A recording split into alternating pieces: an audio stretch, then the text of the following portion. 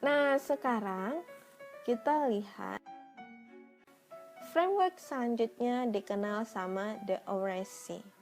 The Oracy framework ini berhubungan sama karena gini, kalau misalnya kita bilang pernah dengar nggak literasi? Literasi itu kan kemampuan membaca ya dan menulis. Nah, kalau oracy kemampuan untuk mendengar dan berbicara. Jadi framework ini dia juga punya 4 hal yang dilihat. Jadi kalau misalnya kalian lihat frameworknya The Oracy, ini dia ada segi fisikal, ada dari linguistik, ada dari kognitif, ada yang dari sosial, and emotional. Dan kalian bisa lihat apa-apa aja yang termasuk dari fisikalnya sendiri. Nah, berarti kalau fisikal itu bahkan kita berarti harus melihat bagaimana body language yang diberikan siswa pada saat merespon ke satu percakapan gitu ya. Karena terkadang kalau misalnya ada beberapa siswa yang sangat bagus dari segi bahasa Inggrisnya, tapi terkadang jawabannya bisa dia jawab, tapi mungkin hal kecil seperti dia tidak pada saat lawannya berbicara dia tidak mendengarkan. Nah, ini juga harus di apa ya, kayak dikoreksi gitu, bahwa pada saat kita berbicara nggak cuman ngeluarin kata-kata doang, tapi kita juga harus perhatikan bagaimana body language kita, bagaimana eye contact kita kepada lawan berbicara, bagaimana cara menyampaikan simpatinya kita terhadap berita yang mereka sampaikan dan sebagainya gitu. Kalau dari segi fisikal ini malah termasuk ke ini mungkin yang kayak intonasi untuk pronunciation, ini juga masuk ke fisikal. Nah, kalau misalnya linguistik ini lebih ke kayak ini yang kita bilang ke struktur bahasanya sendiri. Grammar masuk ke linguistik. Kemudian kalau misalnya kita pakai bahasa yang peribahasa, idioms, itu berarti masuk ke linguistik. Nah, kemudian juga kita bakal ngelihat ke sisi kognitif, ini lebih ke konten yang bakalan kita bahas gitu. Misalnya kita lagi bahas mengenai rules and regulation gitu. Jadi kognitif ini pendapat siswa mengenai peraturan yang ada di beberapa tempat. Misalnya kita lagi membahas mengenai peraturan apa gitu. Jadi itu mengenai kontennya sendiri, itu masuk ke kognitif.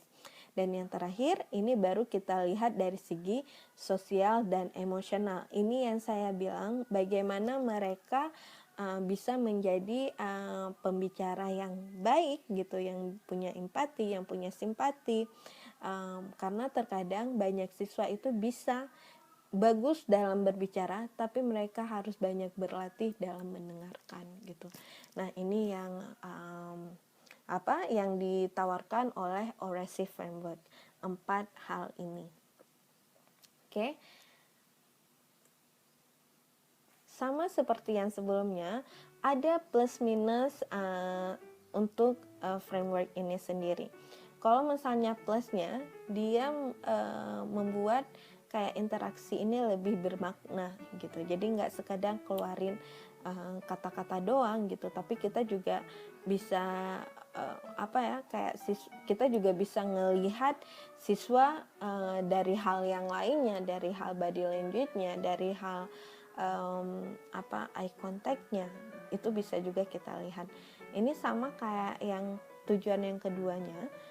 Terkadang kalau kita buat rubrik untuk permasalahan speaking dengan menggunakan Oracy Framework ini, kita bisa ngelihat penilaian atau evaluasi yang kita kasih ke siswa itu nggak cuma mengenai kamu harus ini present tense, ingat ya harus pakai seperti ini, past tense harus seperti ini, tapi kita juga bisa ngelihat bagaimana anak-anak ini berbicara, apakah dia confidence, apakah dia bisa menjadi pendengar yang baik, apakah suara yang dihasilkan intonasinya bagus, voice-nya bagus gitu atau tidak gitu ya. Nah, kemudian ini bisa kita pakai untuk berbagai macam kerja kelompok. Dan yang terakhir kalau yang terakhir itu banyak sumber yang kita bisa olah untuk menggunakan orasi framework.